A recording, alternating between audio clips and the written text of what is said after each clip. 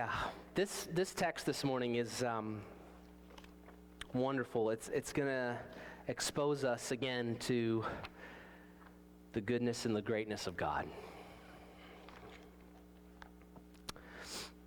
So, who do you believe has power? When you think of power, who or what do you think of? To whom do you ascribe glory? Now, I know in this room that we would all answer these questions like probably good Christians, you know. Of course, God has power. Of course, we give the glory and ascribe the glory to God. But do we really live in light of the fact that our God has all power? Not just something that we check the box on for the theology quiz, but do we really go through our everyday life ascribing to God glory above everything else? It's so easy to become enamored with power and with glory, with earthly power and glory. You walk into the executive office that's got the massive clear glass window and it overlooks the city. And it just represents that this person in this office has power, money, influence. And it's so easy to see that and to think, this man or woman must have something right. They must have done something right. They must have something together because look where they are. It's so easy to think that the power of the higher offices for our nation is the place where real change is going to happen. It's easy to see the high-priced vehicle pull up next to you and think, man, wish I was that guy. He or she must be a person worth knowing, maybe even worth praising. I mean, look at the car they drive. We can very easily find ourselves jockeying for a higher position. We want to be in the know. We like to be on the invitation list. We love power and glory. And if I'm not communicating this well, if you're thinking I'm not that kind of person, I really do think that every human was created to be enamored with power and glory. It's a part of who we are. To praise something that is glorious, to look up to someone who is powerful. It's a part of who we are. Even if we ourselves don't have the power and the glory, we can grow pleased with ourselves when we are simply around the powerful and the glorious. I mean, all you got to do is go to a concert. What happens when the person walks out on the stage? You know, everyone goes crazy. I was looking up concert venues. A couple of the largest concert venues ever happened in Rio de Janeiro. And I mean, we're talking 3,500,000 people at a concert venue. It's crazy.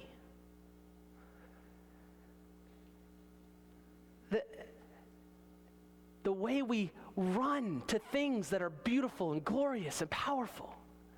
You watch, I mean, we got the elections coming up. You watch the crowds at the places where their leader, their speaker is giving the speech. They're hanging on every word, cheering, high-fiving, celebrating.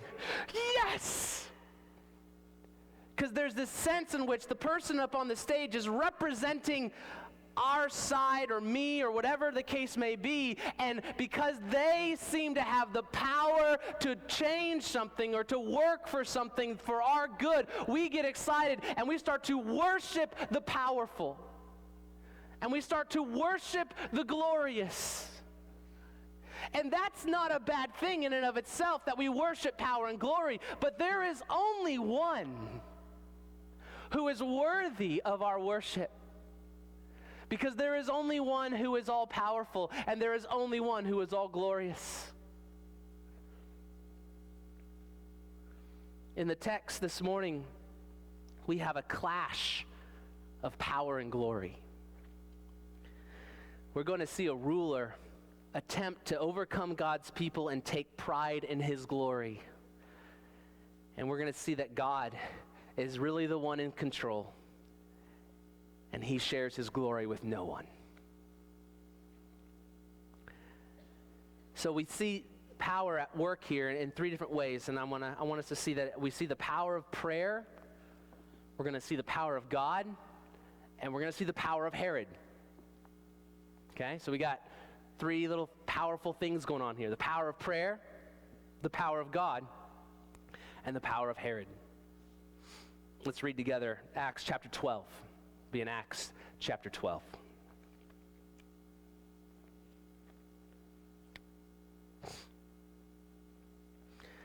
About that time, Herod the king laid violent hands on some who belonged to the church. He killed James, the brother of John, with the sword, and when he saw that it pleased the Jews, he proceeded to arrest Peter also. This was during the days of unleavened bread. And when he had seized him, he put him in prison, delivering him over to 4 squads of soldiers to guard him, intending after the Passover to bring him out to the people. So Peter was kept in prison, but earnest prayer for him was made to God by the church. So you've got a king here who is starting to take his power out against the Christians because he wants to please the Jews. There's some factors going on here that you need to be aware of. First of all, the church community is growing. It's not just a small little, miniature group over to the side. It actually is starting to take off. It's starting to have some influence. It's starting to become a thing, a big deal, and the Jews are very unhappy about it.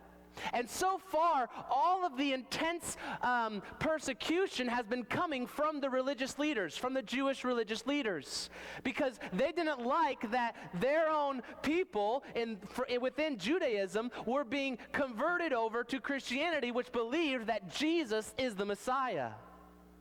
And that didn't square well with the religious leaders. And so they were actually launching persecution against the Christians to whatever power they had to do that, which wasn't enough, which wasn't a lot, but it was enough to actually do some great harm. But now as the gospel's growing, Gentiles and Jews, like we've been reading for the last few weeks, are coming into the faith. And in light of its growth, it's becoming a more recognizable force in society, and Herod is on the throne. Now, this isn't the Herod that was there when Jesus was born. This is his grandson, Herod Agrippa I. And he was given rulership over Palestine area because he actually helped Claudius get to the emperorship. They went to school together. If you want to read about that history, you can look up Josephus. But he was very intent on winning over the Jews, especially the Pharisees, to his side. He was over Jerusalem and Judea and that whole area, so he needed the religious leaders in that area to be on his side. Okay, he's a smart political man. And it was a significant part of his political scheme.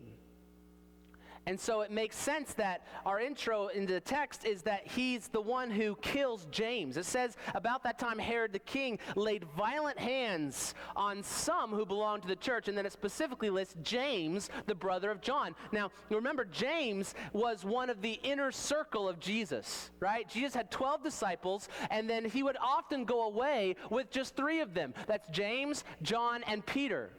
So James was one of those guys that saw Jesus on the Mount of Transfiguration.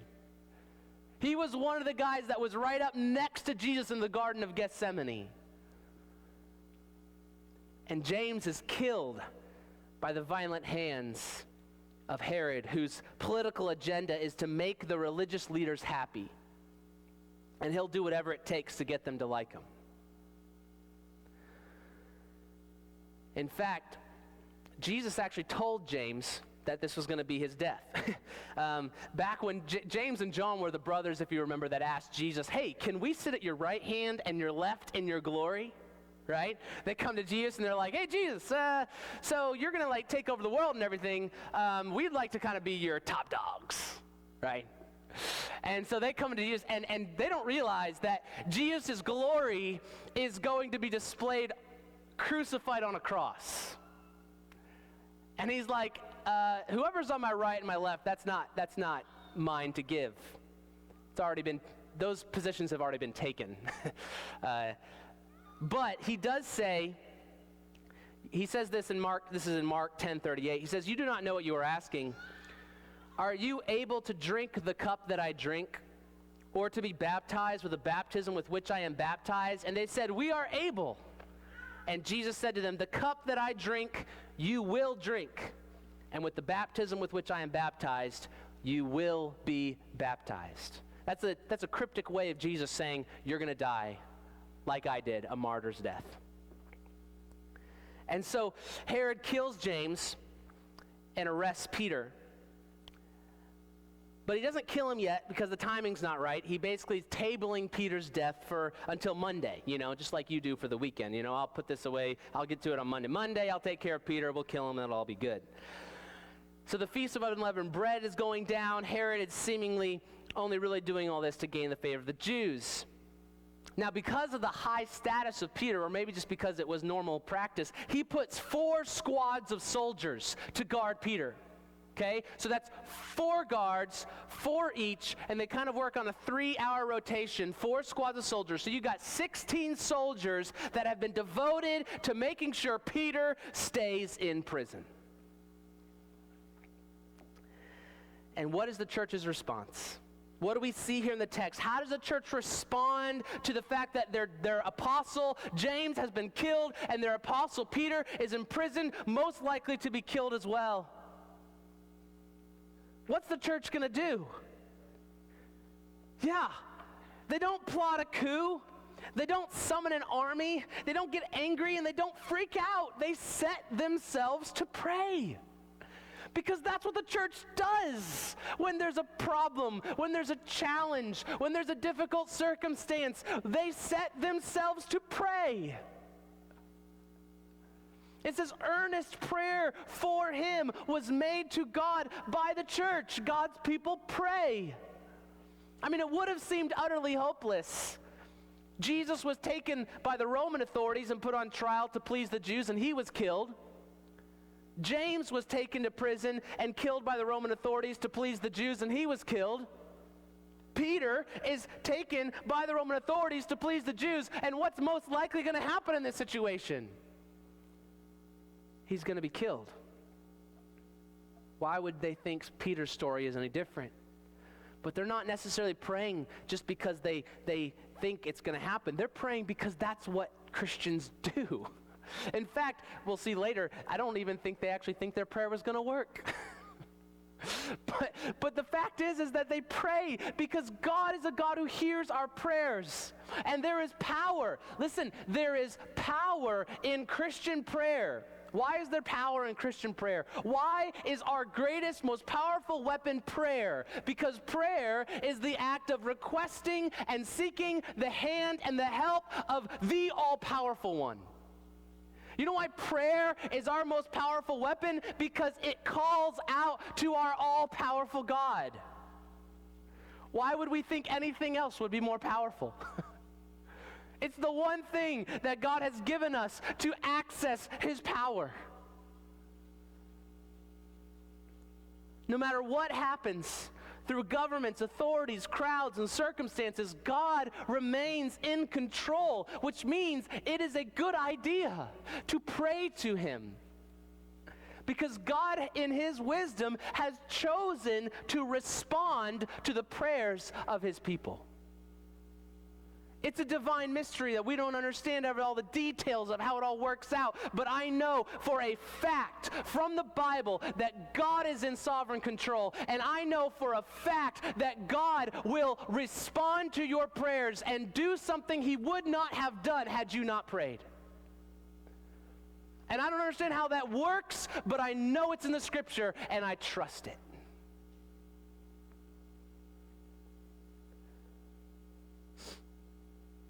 So what happens next? This is a great story.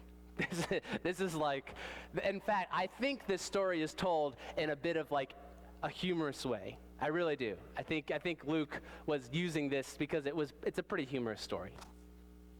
Here's what happens. Verse 6. Now when Herod was about to bring him out on that very night, Peter was sleeping between two soldiers bound with two chains, and sentries before the door were guarding the prison. Okay, so we've got the layout. Okay, it's like that movie where they've got to go steal the jewel. They see all the guards. They've worked out all the camera angles. They know how it all is laid out. We see it all here. Verse 7, and behold, an angel of the Lord stood next to him, and a light shone in the cell. He struck Peter on the side and woke him, saying, "Get up quickly." And the chains fell off his hands. And the angel said to him, "Dress yourself and put on your sandals." And he did so. And he said to him, "Wrap your cloak around you and follow me." It must have been one of those like Lord of the Rings Hobbit cloaks, that kind of made you blend in like the rocks. Remember that one? That's probably what it was. And he went out and followed him, and he did not know that what was being done by the angel was real, but thought he was seeing a vision. When they had passed the first and second guard, they came to the iron gate leading into the city. It opened for them of its own accord, and they went out and went along one street, and immediately the angel left him. When Peter came to himself, he said, "Oh, now I am sure that the Lord has sent his angel and rescued me from the hand of Herod and from all that the Jewish people were expecting." Okay, here's why this is awesome. Because have you ever been woken up in the middle of the night? And you were like, the feeling of being, you're awake, but every part of you still feels like it's asleep. It's not a pleasant experience. I got called in the middle of the night last night, or a few nights ago, by my wife, because she was in Oklahoma. And I was already asleep, and I woke up and I was like, "Hey, yeah, you doing okay?" That's all I remember of the conversation. And I think I prayed with her, but I think that was it. But I think I said more. I was out of it. I couldn't even think. I was asleep, and I'm just kind of like going through the motions of the phone call because I was asleep, and I was kind of in that half asleep mode. Well, Peter here is very rudely awakened by the angel. I mean, and actually it says that he comes in and a light shines in the cell, but Peter's still sleeping. He's still conked out. All right, there's this massive light, and Peter's just like, got the two guards with the two chains on him. He's comfortably asleep. He's only dying tomorrow. No big deal. And the angel strikes him, which is actually a pretty intense Greek word. If you know Greek, it's a pretty hard word. Like, it wasn't just like a hey. It's like, hey, boom, and Peter's like, this strikes him, and he wakes up, and then the angel's like, "Get your clothes on," and you just imagine Peter, like, he's just like, okay, I'm doing it, and then he gets his cloak around him, and he's walking through, and he's just like, how long is this gonna take? Like, he's just walking through this vision in his mind. He's like, this is really weird, And then he gets out past the guards, and the angel leaves, and Peter's like, pinching himself. Oh, I was just rescued from the prison with the 16 guards. I think I'm just going to go over to Mary's house. Like literally, like he comes out, he's thinking this is all fake, but it's really real. I just love how the story goes. Anyway, it gets even better. It gets funnier, actually, in my opinion. Verse 12, when he realized this, he went to the house of Mary, the mother of John, whose other name was Mark, where many gathered together and were praying. So they're praying for Peter in this service. And then he says, when he knocked at the door of the gateway, a servant girl named Rhoda came to answer. Recognizing Peter's voice in her joy, she did not open the gate, but ran in and reported that Peter was standing at the gate. Peter just escaped from prison. You don't usually hang out on the street after you just escaped from prison. So he's probably thinking, okay, I'm here. Checking his back, making sure no guards are looking for him yet. Rhoda comes up. She's like, hey, who are you? He's like, I'm Peter. Let me in. She's like, what? No way. And goes back. Peter's like, okay. You know, just kind of chilling outside. I'm just chilling here. No, not the Apostle Peter. You don't recognize me. Anyway, she goes in. Here's what it says. Recognizing Peter's voice in her joy, she did not open the gate, ran in. Verse 15, they said to her, you are out of your mind. But she kept insisting that it was so, and they kept saying, it is his angel. Okay. They're more likely to believe that it's his angel outside than that it's actually Peter outside. This is how convinced they were that he was pretty much a goner, that he was a dead man. It's more likely for them to believe that his spirit was out there, not actually him, because obviously we know he was taken by Herod to the prison. And then it says, but she kept insisting, and they said it's his angel, but Peter continued knocking. He's still out at the gate, remember? And when they opened, they saw him and were amazed. But motioning to them with his hand to be silent, he described to them how the Lord had brought him out of the prison. And he said, tell these things to James and to the brothers. Then he departed and went to another place. They don't believe that he's out there. They think it's an angel, which is kind of like the disciples. Remember, Jesus is on the water and they think it's a ghost. When Jesus appears to the disciples, they're like, nah, it's just his spirit. That was apparently a normal part of understanding within a Jewish worldview, probably correctly so. And Peter explains to them what all happened, how Jesus released him, how he got him out through the angel of the Lord. Herod's plan is foiled, and Peter heads off to Caesarea. Look at what happened after that. Verse 18, now when the day came, there was no little disturbance among the soldiers over what had become of Peter. Could you imagine waking up? You're one of the guards. Guys come in, hey, our shift. Where's Peter? He was right there, chained. So, don't know. That's got to be a really weird experience. It was also a very bad experience because in that day, that meant their death, which we'll see later when the guard thinks Paul and Silas have escaped, and he's going to just go ahead and kill himself right there. After Herod searched for him and did not find him, he examined the sentries and ordered that they should be put to death. Then he went down from Judea to Caesarea and spent time there. So this is all going down. And what you realize is that God is in full control here. Herod is trying to make a political power play to get the Jewish leaders on his side, but ultimately, God has decided, know what? It's not time for Peter to die yet. James, that was his time. Peter, not his time yet. And so with the guards covering him and surrounding him, the chains holding him down, the angel of the Lord comes in and says, I just want you to think about how easy was this for God? You know? He literally sends an angel. The angel of the Lord walks in and says, come with me. They walk out. Peter's good to go. That easy. That simple. Because God has all power. He can do what he wants. And he wanted in this moment to preserve Peter's life. It's an amazing thing. But the story's not over yet. Because actually Herod is one of the key characters in this whole thing. Keep reading, verse 20. Now Herod was angry with the people of Tyre and Sidon. Okay, so this is kind of another deal going on here. He was angry with the people of Tyre and Sidon. And they came to him with one accord, and having persuaded Blastus, the king's chamberlain, they asked for peace because their country depended on the king's country for food. On an appointed day, Herod put on his royal robes, took his seat upon the throne, and delivered an oration to them. And the people were shouting, "The voice of a God and not of a man." Immediately, an angel of the Lord struck him down because he did not give God the glory, and he was eaten by worms and breathed his last. We get a little window into the power of Herod. He's already been foiled by the angel of the Lord in the prison. Now he's in his political glory. He's over in Tyre and Sidon, who depend on him for food. And instead of using his power as a service for the common good, he seems to like the fact that he's needed.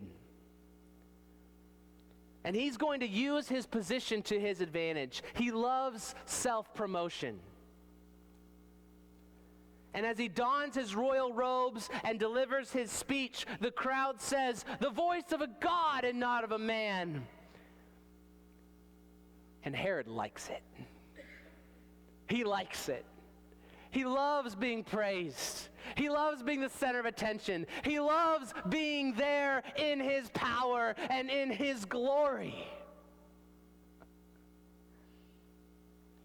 He's being congratulated as the people know they need him for food, and so they will pour out whatever congratulatory remarks they can to him to make him happy.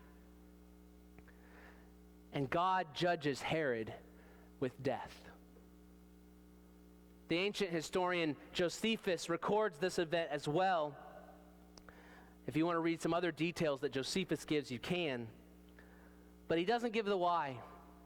Because Josephus doesn't have the divine perspective that Luke has. It seems from what Luke writes here that in refusing to give God the glory, he was judged by worms. Because he took the glory for himself and didn't reflect that glory back to God, God said, "You are judged for this. I share my glory with no one." And he's given worms and he dies days later. What do we see in this about God? Sometimes I just like to read the Bible and just think about this one question. What does this text teach me about God? And we see two things here. Really big, bold letters. First of all, God alone is all powerful. You see, power is a good thing when it is used for the right purpose. That is the purpose of loving one's neighbor and seeking the good of humanity. Let me read you a quote from Andy Crouch, who says, "Power is a gift. The gift of a giver who is the supreme model of power used to bless and serve. Power is not given to benefit those who hold it. It is given for the flourishing of individuals, peoples, and the cosmos itself. Power's right use is especially important for the flourishing of the vulnerable, the members of the human family who most need others to use power well to survive and thrive. The young, the aged, the sick, and the dispossessed. Power is not the opposite of servanthood. Rather, servanthood, ensuring the flourishing of others, is the very purpose of power." Remember what Jesus said? "I came not to be served, but to serve." And he was the most powerful human in the universe. The way we understand power must be through the life of Jesus. As a parent in your home, you have a measure of power. How do you use that power? It's a gift from God to be used for the good of your family, for the flourishing of your home. If you're a boss in a job and you have power, your role in that powerful position is to use it for the good of others, for your employees, for their sake, not for your own. If you're in a position of government, you're to use your position of power for the vulnerable and the outcast and the marginalized and the weak. When a father demands subservience in his home because he's the top dog, he has misunderstood his calling to his family. When a boss demands an easy road that makes life more difficult on his employees, then he is abusing his power. when a man threatens or abuses others, then he is grossly working against the ways of God. Power is a God-given means of service to others for their good. This is how God has shown us his power. God alone is all-powerful, and he uses his power for the good of the world. Everything he does is consistent with that. God alone is powerful. And secondly, God alone is ultimately glorious. It is futile to not acknowledge this. I love what C.S. Lewis says. Great quote from C.S. Lewis.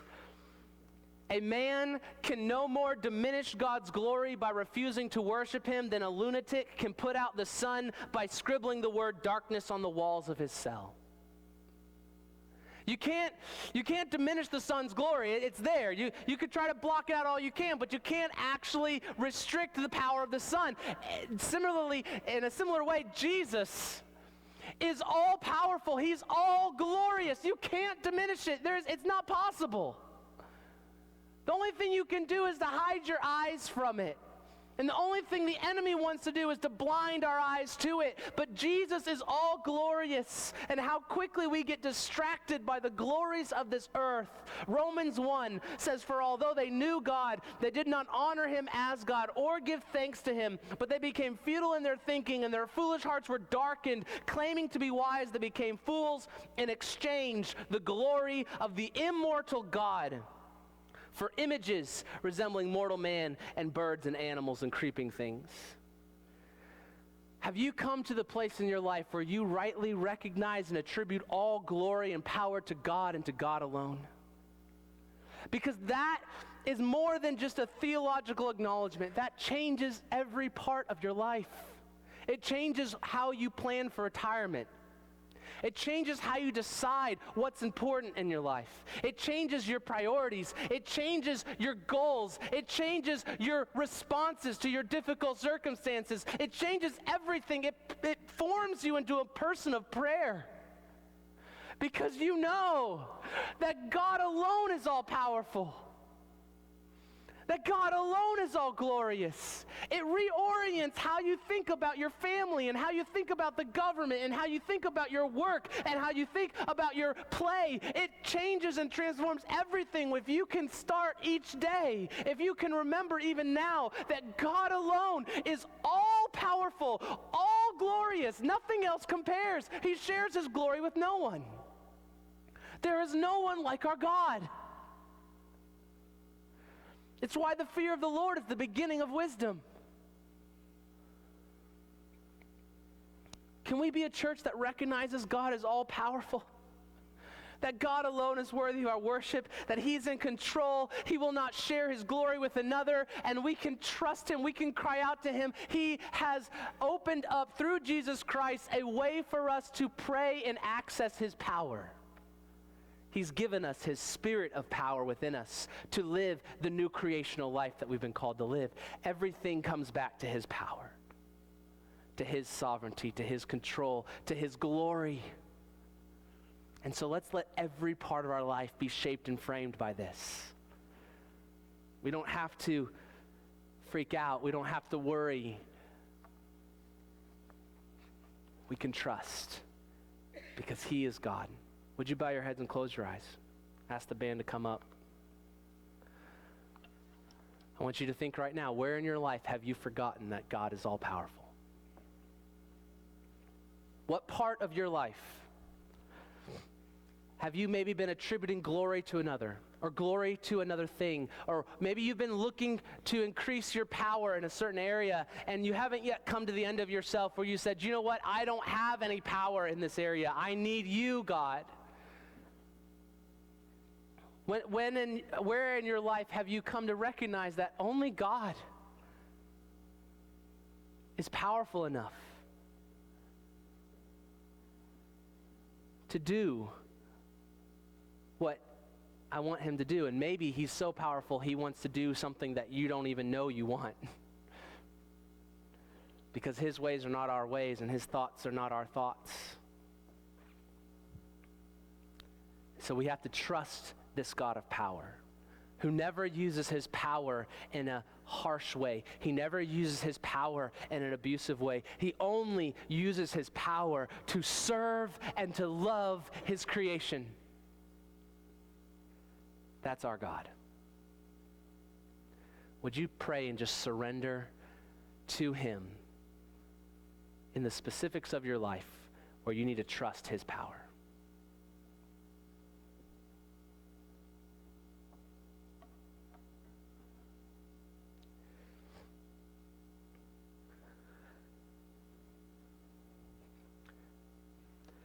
Lord, thank you for your power. Thank you that we can trust you. Thank you that we can know you. Thank you that through Jesus Christ we are on your side. Thank you that Jesus Christ has took our punishment for us so that we don't have to pay the penalty for our sin. Thank you that we now can actually celebrate and rejoice in your power and not cower in fear of being crushed by your power and glory. Thank you that we can now pray with Moses to show us your glory. Thank you for all that Jesus Christ has done that has made this possible, for us to be in relationship with you. Thank you for in your power always working for our good. And we give you praise because you are worthy of our praise. And it's in Jesus Christ's name I pray. Amen. Would you stand, and we want to just, with all the intensity that we can muster, we want to praise the glory and the power of our great God.